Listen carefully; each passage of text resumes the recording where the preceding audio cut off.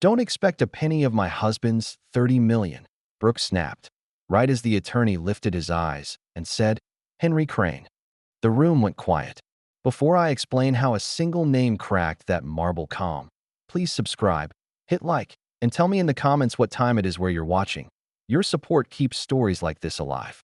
I'm Henry, a small shop mechanic from Amarillo, the kind of man who keeps a coffee can of bolts and a radio that only finds baseball. My son was Daniel, 42, fearless, successful in ways that never fit in my pockets. 2 weeks earlier, a doctor called while I was under a pickup changing a gasket. The wrench slipped, steel rang on concrete, and that calm voice said, Mr. Crane, I'm sorry. Your son went into cardiac arrest at his office. I lay there and let the silence rush through me like wind in an empty tunnel. I called Brooke. Voicemail. I called again. Nothing. On the sixth try, I left a message that sounded like gravel in a tin can. It's Henry. We need to talk about arrangements. I packed because grief feels worse when your hands are empty. 3 shirts. Razor. The photo of 8-year-old Daniel holding a catfish at Lake Meredith. Gap-toothed grin bright enough to light a barn. At dawn, I pointed my old truck west. Texas flattened behind me. New Mexico stretched thin. Arizona rose and fell, and the road unrolled without mercy. The radio stayed off. Silence told the truth. The gate at his house blinked red. I pressed the intercom. It's Henry. Static, then Brooke's voice, cool and sharp. What do you want? To talk about a funeral. A beat. Then the gates opened like they were tired of the conversation. Inside, the driveway curled around a fountain doing tricks for nobody. The front door swung wide, and there she was. Black silk, flawless makeup, heels like ice picks. She looked me over the way a showroom looks at a salvage title. You look exhausted, she said, like a verdict. I took off my cap anyway, because my mother taught me manners even for people who don't deserve them. She steered me into Daniel's office. Glass spilled the city into the room. A desk held neat stacks and a pen set like a trophy. Shelves were crowded with glossy magazines. Daniel on a cover, handshake mid-flash. I touched a frame, my son in a tux laughing at something off camera. The smile was real. He'd forgotten which face to wear. We'll keep the service small, Brooke said, already typing. Private. Appropriate. The word scraped. I asked about burial beside his mother. Cremation, she said, efficient as a receipt. I knew an argument would only feed her appetite for control, so I swallowed it like a bad medicine. I found a motel with blue neon and a wheezing unit. Laid 2 photos on the wobbly table. Margaret in her dress from a lifetime ago. Daniel with that fish. And let the freeway hum until morning. Service came fast. Lilies, velvet chairs, soft lighting that made everyone look gently tragic. Brooke treated it like an event.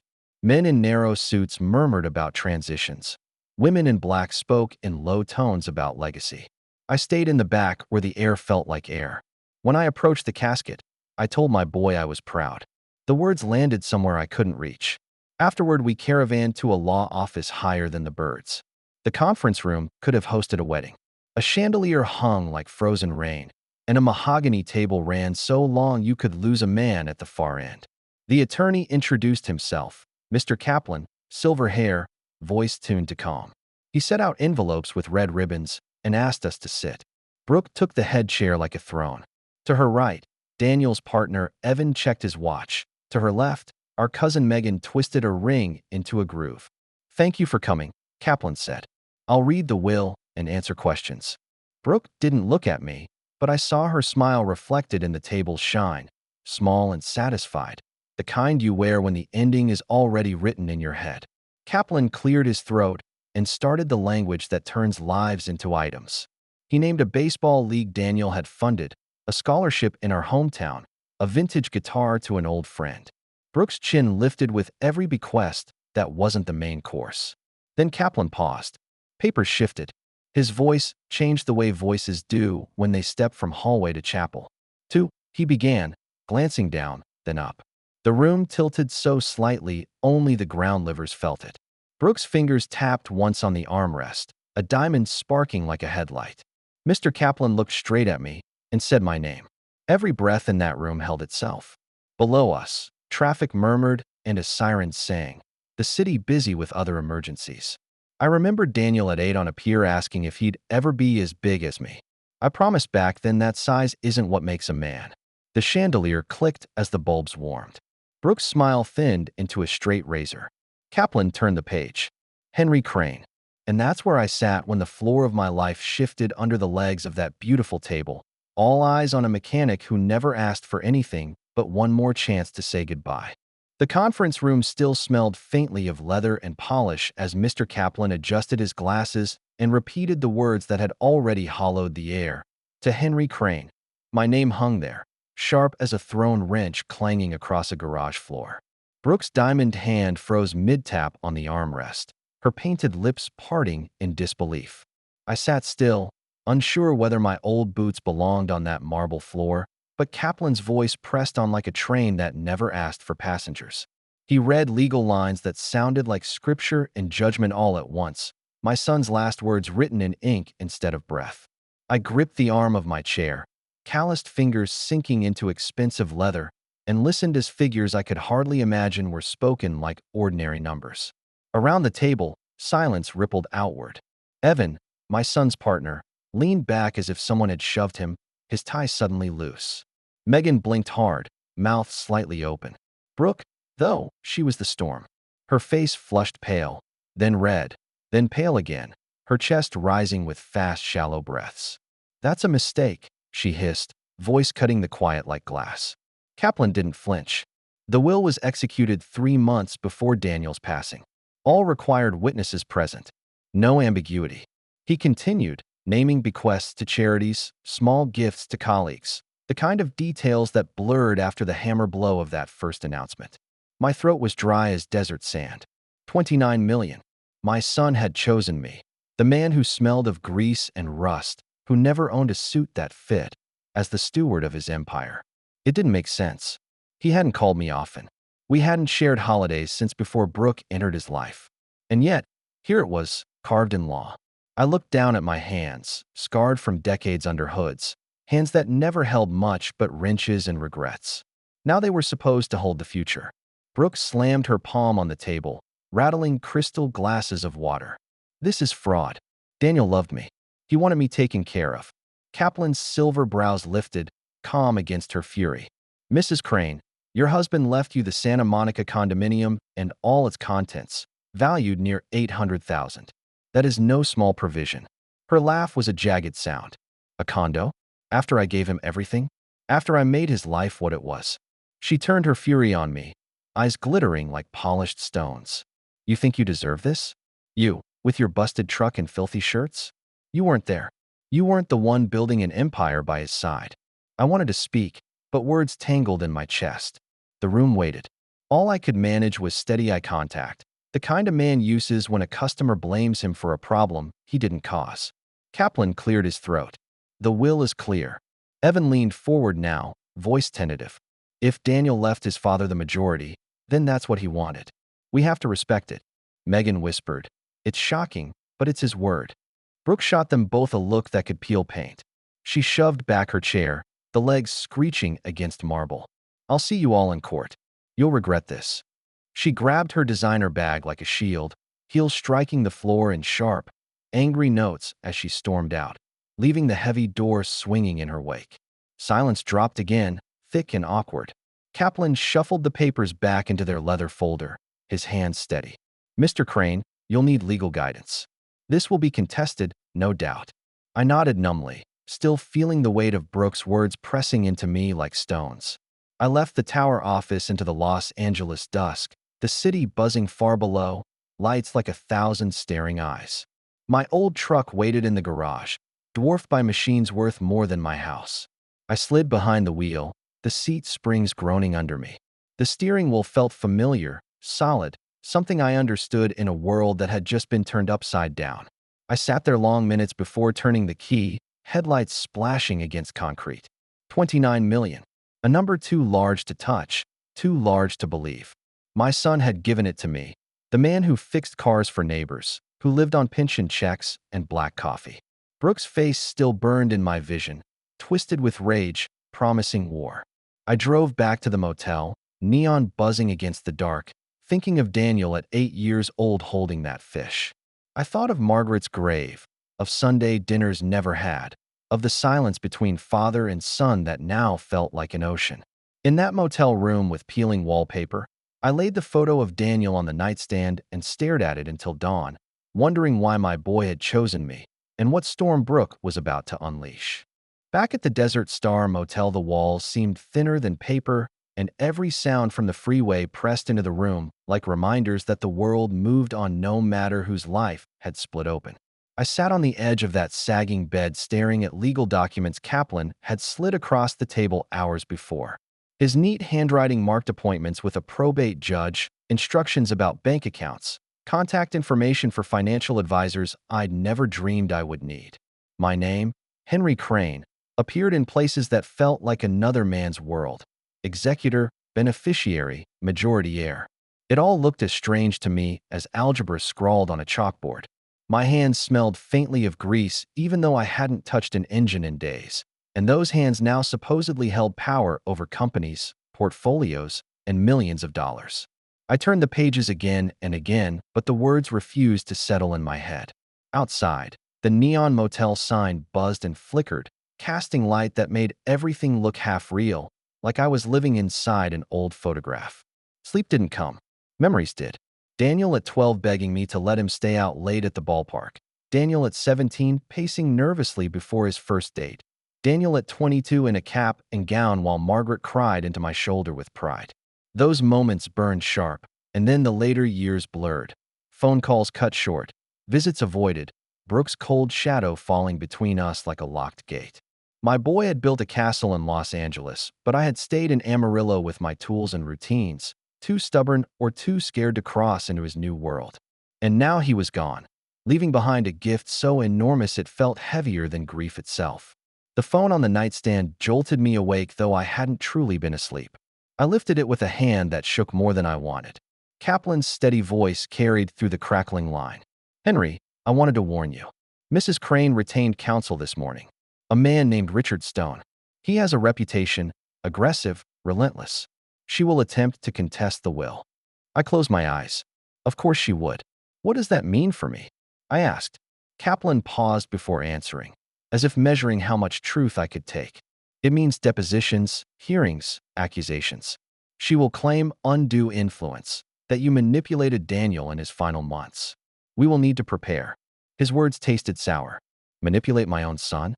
I had barely spoken to him those last years except for polite holiday calls. Yet I knew how stories could be twisted, how absence could be painted as guilt. After hanging up, I walked down to the vending machine and bought a stale cup of coffee that smelled like cardboard. I leaned against the wall watching headlights stream past on the freeway and thought about Brooke's face in that conference room, all fury and disbelief. She wasn't just angry at money. She was angry at the insult, the idea that Daniel had chosen his father over her after all her performance of devotion. And if she was as ruthless as she looked, she would scorch the earth to take back what she believed was hers. The next day, Kaplan met me in his office again, stacks of folders waiting like soldiers before battle. He explained the process. Brooke's lawyer would try to prove Daniel had been unstable, pressured, not of sound mind. They would paint me as a manipulator swooping in when my son was weak. I listened with clenched fists, my jaw tight as a vice. Kaplan laid out medical reports showing Daniel's sharp mental state right up until the heart attack, testimony from a notary who witnessed him sign the will, business records proving he was still making million-dollar decisions days before he died. Evidence was on our side, Kaplan said, but evidence alone doesn't always win when emotion is the weapon. That night in the motel, I called my oldest friend, Raymond, back in Texas. We'd grown up throwing baseballs at the same cracked brick wall, worked our first garage jobs together, buried our wives within a year of each other. His voice was gravelly with age and comfort. "Henry," he said, "don't let that woman twist the truth. Daniel knew who you were. He knew you weren't after money. That's why he trusted you." I swallowed hard. But what if she convinces the court otherwise? What if they think I'm just some old vulture circling the riches he built? Raymond snorted through the receiver. "Vultures don't spend 40 years under cars for neighbors who can barely pay. You never wanted his money. That boy saw that. Trust him." Days blurred into depositions. Stone was everything Kaplan warned, a shark in an expensive suit with questions designed like traps. He leaned forward across the table, eyes sharp, voice oily. "Mr. Crane, isn't it true you disapproved of your son's marriage?" I answered evenly. "Yes, I did. I believed she married him for his wealth." He pounced. "So you resented her? Isn't it possible you poisoned Daniel's mind against his wife?" My hands clenched, but I forced calm. Daniel made his own choices. I didn't tell him what to think. I loved him. Stone smiled like a man who smelled blood. "Love can manipulate, Mr. Crane." The court reporter's keys clacked, recording every word that could be twisted later. At night, I returned to the motel exhausted, the ceiling stains blurring into shapes that reminded me of Margaret's quiet strength. I thought about how she would have handled Brooke, with grace sharper than any blade, with patience that disarmed cruelty. But Margaret wasn't here. It was just me, a tired old man trying to defend his son's last wish against a storm in designer heels. I lay awake listening to the hum of air conditioners and traffic, wondering if Daniel had known this war would ignite when he signed that paper. Maybe he did. Maybe he trusted I would fight one last time for him, not with fists or wrenches, but with truth. The hearing date loomed like a shadow at the end of every day. Kaplan prepared motions, filed evidence, walked me through testimony. Brooke appeared at each pretrial meeting like a queen robbed of her crown, Stone at her side whispering strategies that dripped like poison. Each time she glared across the room at me, the air tightened. She wanted me erased, humiliated, stripped of everything Daniel had given. But behind her anger I saw fear. The fear that maybe, just maybe, Daniel had loved his father more quietly but more deeply than she ever guessed. The night before court, I stood outside the motel under the buzzing sign, the desert air sharp in my lungs. Trucks thundered past on the freeway, endless lines of red taillights stretching west. I held the photo of Daniel as a boy, the fish nearly too big for his arms, his grin wide as the sky. "Help me do this right, son," I whispered. "Help me prove you meant what you wrote." The neon flickered, and for the first time since Kaplan spoke my name in that high office, I felt a spark of steady fire inside me. Tomorrow would come, and with it the storm Brooke promised, but I was ready to walk into it. The courthouse rose out of downtown Los Angeles like a gray fortress, windows glinting in the morning sun, steps wide enough to swallow a crowd. I stood at the bottom gripping the rail, my knees stiff from another sleepless night at the Desert Star Motel. People bustled around me, lawyers in polished shoes, secretaries balancing folders, families whispering before hearings that would decide their futures. For a moment, I felt like a mechanic who had wandered into the wrong building, someone who belonged under a truck hood, not under the gaze of a judge. But Daniel's will was carved in law, and Brooke had chosen to drag me into this arena. I squared my shoulders, breathed deep, and climbed the marble steps. Inside, courtroom 412 smelled of oak polish and history. The ceiling arched high, and every creak of the wooden pews echoed like thunder. At the front sat Judge Walker, a woman in her 60s with hair cut sharp as steel and eyes that measured without mercy. She looked like the kind of person who could separate lies from truth the way a welder separates sparks from flame. Kaplan leaned close to me at the defense table. "Stay calm, Henry. Answer plain. The truth is our shield." I nodded, though my throat was dry as dust. Brooke entered with Stone, and the air changed. She wore black silk again, her face powdered to perfect widowhood, lips pressed in a line of grief rehearsed like a stage play. Stone, tall and smooth, carried his briefcase like a weapon.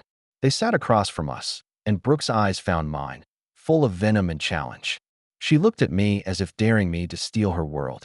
Judge Walker called the court to order, and Stone rose with the confidence of a man who had won too many battles. "Your Honor," he began, "this case is not about wealth, but about deceit." An aging father, long absent from his son's life, saw an opportunity in grief and weakness. He manipulated Daniel Crane into rewriting his will, cutting out the devoted wife who built his life alongside him. "We intend to prove undue influence, exploitation, and betrayal." His voice rolled smooth, persuasive, dripping with insinuation. Brooke dabbed her eyes with a silk handkerchief, playing the grieving widow for the gallery.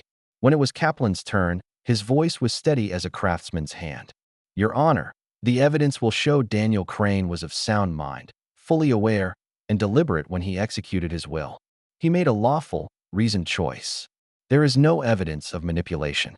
only disappointment from an heir who received less than expected. This court is not here to reward expectation, but to honor intention. He sat, and my heart steadied just a little. Witnesses took the stand. First, a notary, gray-haired and meticulous, who testified how Daniel had read every page, asked pointed questions, and signed without hesitation. He was calm, clear, and absolutely competent, she said. Then came Daniel's doctor, explaining that apart from the heart condition no one foresaw, Daniel's mind was sharp, his decisions rational. Stone tried to chip at them, to suggest depression or doubt, but both stood firm. Still, when Brooke took the stand, the courtroom tilted. She spoke with practiced tremors in her voice, describing nights of Daniel's supposed torment, how he paced the halls after phone calls with me, how he wept over the distance between us. He wanted his father's approval, she said, tears sliding perfectly down her cheeks. And Henry used that to turn him against me. I was his anchor. I was his wife. And yet I was cast aside for a man who barely visited. Her words stabbed, not because they were true, but because they leaned on the cracks of truth. Yes, I hadn't visited often. Yes, I had doubted her intentions. Around the room, I saw faces soften toward her story. Stone smiled like a predator. Then Kaplan called me. My boots echoed on the floorboards as I walked to the witness stand. I raised my hand, swore the oath, and sat down under the bright light of judgment. Kaplan asked first, "Mr. Crane, how often did you see your son in the past few years?" My voice was rough but clear. "Not much. We spoke on holidays, birthdays. He had his life in California. I had mine in Texas. We drifted, but he was still my boy. Did you ever ask him for money?" "Never. Not once." "Did you know he had accumulated $30 million? I shook my head. I knew he was successful, but I didn't know numbers. That wasn't my world. Kaplan nodded and stepped back. Stone rose like a man savoring the kill. He circled the stand. "Mr. Crane, you admit you disapproved of Daniel's wife." "I did," I said plain. "I believed she cared more for his money than for him." "So you resented her. Did you ever tell Daniel that?" I looked him dead in the eye. I told him I worried. A father is allowed to worry. Stone pounced. "And that worry conveniently resulted in you inheriting nearly all of his fortune. Isn't it true you poisoned his marriage to secure wealth you could never earn yourself?" The gallery shifted, murmurs running like wind. My pulse hammered, but I kept my voice level. "I fixed cars for 40 years. I lived on little and asked for nothing. If Daniel left me this money, it wasn't because I manipulated him. It was because he knew I loved him for the boy he was before the millions." A hush fell. Even Judge Walker leaned forward slightly. Stone pressed harder, voice sharp. "Isn't it true you failed him as a father?" The words hit, heavy as a thrown stone. I swallowed and answered, "Maybe I failed in ways. I missed dinners. I stayed in Amarillo when I should have visited. But love doesn't vanish because a man fails. It survives. Daniel knew that. He signed that paper because he trusted it." Stone tried to push more, but the air in the courtroom had shifted. Kaplan brought in phone records showing my calls with Daniel. Few but kind, nothing like the barrage Brooke described. Business emails showed Daniel making confident deals until the day before his death. Piece by piece, her story cracked. By closing arguments, Stone's voice had grown strained, appealing more to emotion than evidence. "Don't let a grieving widow be cast aside," he pleaded. Brooke dabbed her eyes again, but fewer people seemed convinced. Kaplan stood calm, his words simple. "This court must honor Daniel Crane's choice. Not the wishes of others, not the drama of disappointment. His will was his final word. That is the truth." Judge Walker's gavel struck once. "This court will recess overnight. Decision tomorrow morning at 10. The room erupted in whispers. Brooke shot me a look sharp enough to draw blood, her lips forming silent words. "This isn't over." She swept out with Stone at her side, her heels like gunshots down the hall. Kaplan touched my shoulder. "You did well, Henry." The truth stood. But I felt hollow, unsure if truth alone could survive against fury armed with lawyers. That night back at the motel, I sat with the photo of Daniel at the lake. I whispered what I hadn't said enough. "I'm proud of you, son." Always was. When dawn came, the motel sign flickered out and the sky turned gold over Los Angeles. I returned to court, hands shaking as I gripped the rail outside.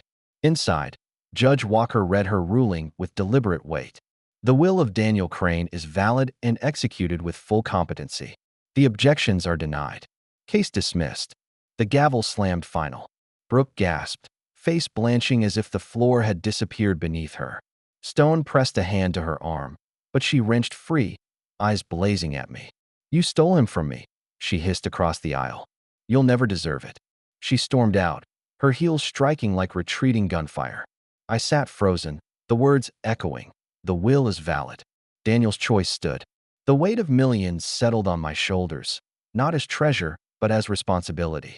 Outside, Kaplan shook my hand firmly. "Your son trusted you. Now it's yours to honor." I walked to my old truck. Its paint faded, its engine coughing, and for the first time the machine felt like a bridge between the man I'd been and the man I now had to be. I placed Daniel's photo on the dashboard and started the engine. Back in Amarillo days later, I stood in my garage among oil cans and tools, the world I knew best. Sunlight fell across the photograph of Daniel with his fish, his grin eternal. I realized then that the money wasn't the point. The will wasn't revenge against Brooke. It was a son's final way of saying he still believed in his father, despite time and silence. My hands would keep working, maybe on engines, maybe on scholarships, maybe on something bigger. But every turn of the wrench, every decision with those funds, would echo Daniel's trust. If you've stayed with me through this story, thank you. Please subscribe to the channel, hit like, and share your thoughts in the comments below. Tell me where you're watching from. Your support means everything, and I'll see you in the next story.